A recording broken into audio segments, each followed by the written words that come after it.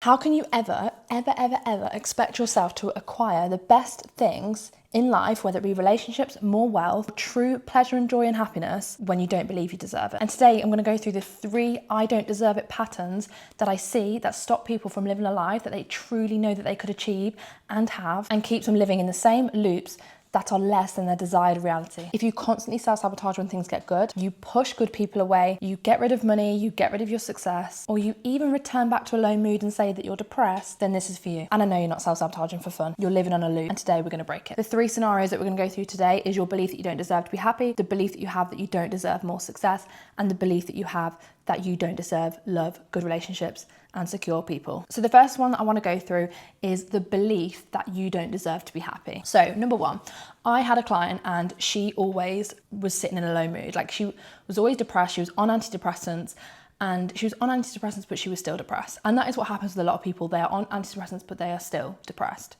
So it doesn't solve anything. And what would happen is she'd get herself in a good mood, she would get herself on it and feeling good again, but she would always return back to a low mood, to feeling depressed, always. So it's like she would go back up, setback would happen, and then she would dip back into a low mood, and she would sit in that low mood for a good few days. So I said to her, why don't you get yourself out of that low mood like consistently? And she goes, well, what's the point? And I go, well, what is the point? Why wouldn't you do that? She goes, because I don't deserve to be happy. Boom. That one belief, I don't deserve to be happy, is keeping her at a baseline low mood, because what is happening is she's trying to get herself out of a low mood, but her mind is like, what is the point?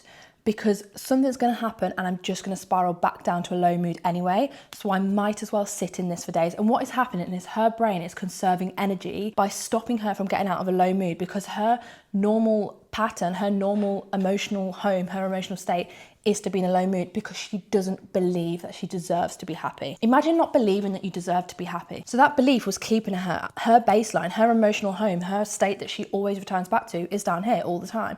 Because what's the point of going up here if you're just going to come back down anyway? So I would like to question to you is, even if you have everything, even if your relationships are good, even if your job's good, even if everything could be great, you could see the world, you could be grateful for the things around you, do you actually believe that you deserve these things? Do you actually believe that you deserve to be happy? Because if you don't, you could have everything in your external, but if your belief is I don't deserve to be happy, you will stay here no matter what external things that you have. So we rewired that belief. We got that belief and we saw where it was coming from in childhood and where she took it on. And we don't just talk about where it's coming from. We actually go into the subconscious and ask the subconscious, and the subconscious will tell us where it's coming from. We rewired that. After that, no antidepressants, no sitting in low moods for 3 days. She would have a little bit of a low mood, because we all do, and that's human nature to have a low mood, but she wouldn't sit in it for 3 days. It wasn't her baseline, it wasn't her normal anymore. And she quit therapy and she never looked back. And what it allowed her to do is, when she knew and believed that she deserved to be happy, she started seeing things through the lens of deserving to be happy. So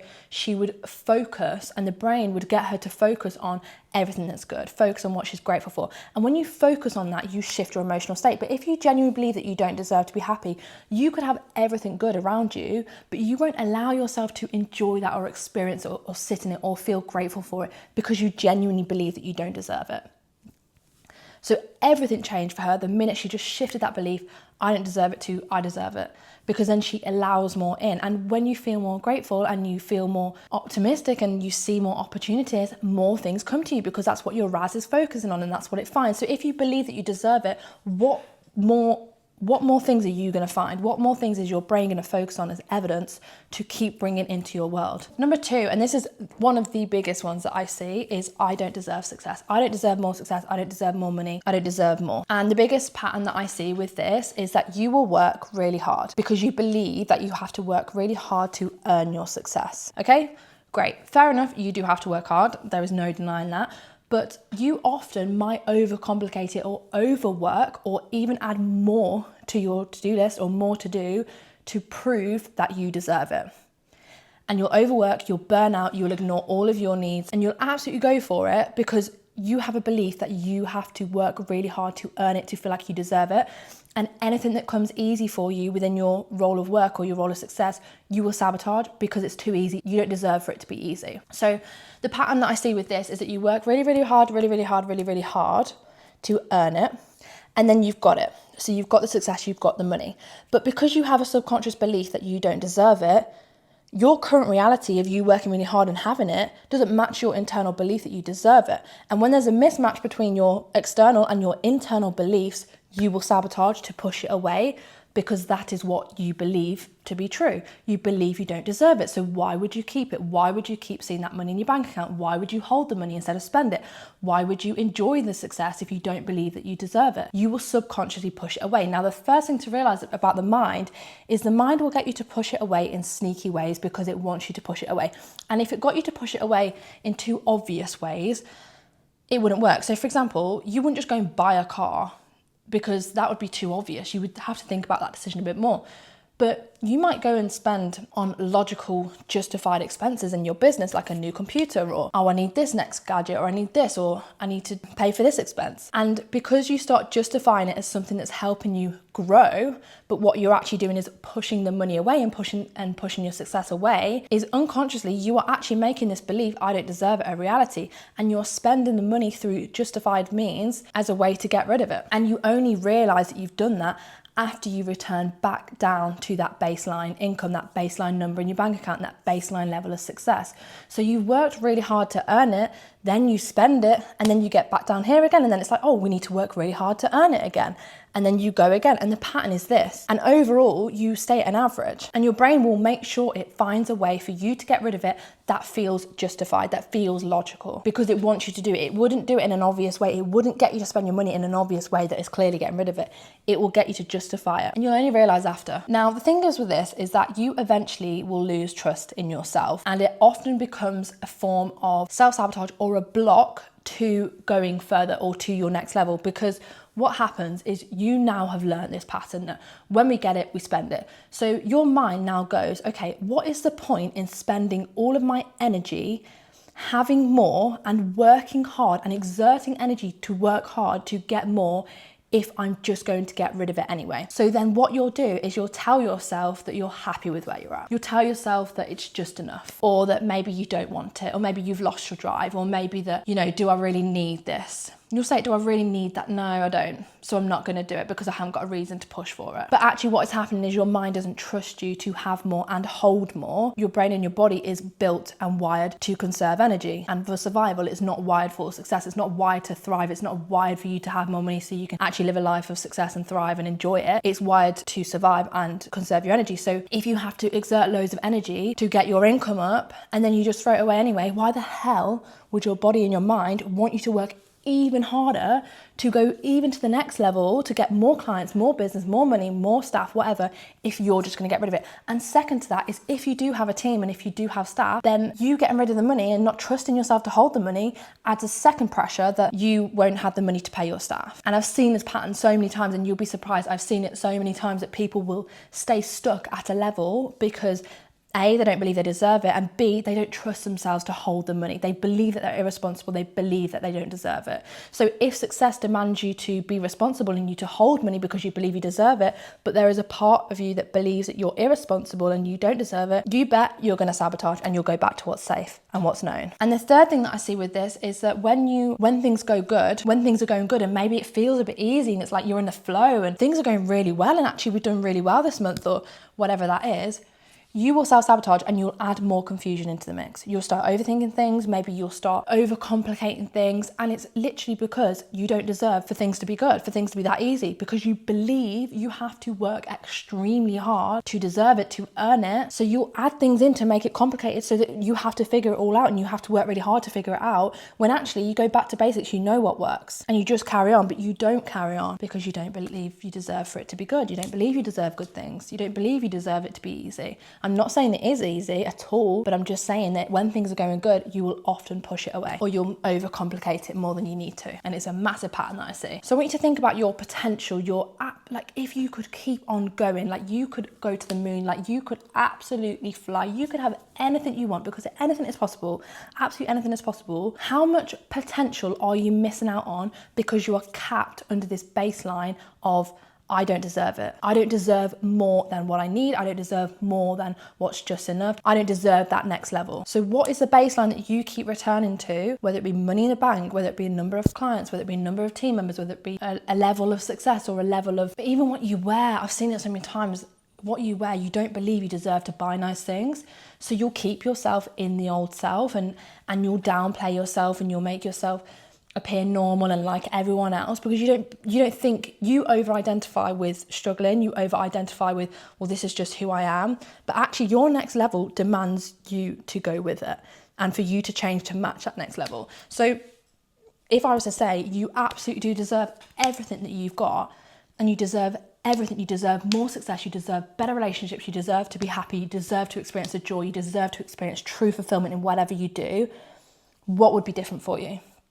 And I see it so many times, mega successful people who have everything, but because they don't believe they deserve it, they feel sad. Imagine working your absolute ass off for all of this and you don't believe that you deserve it, so you can never experience the joy that comes with it or the enjoyment of it, because you feel bad, you feel guilty, you feel like this isn't who I am, I should be downplaying myself, I should be relatable, and you'll shame yourself, and I should be enjoying this, why am I not enjoying this? Because you don't believe you deserve to. So it's like you could have everything, but because you don't believe you deserve it, what's the point? The shift that happens when you do believe that you deserve it is you allow more good things into your life. You will start seeing opportunities because your RAS will find evidence for what you believe, remember?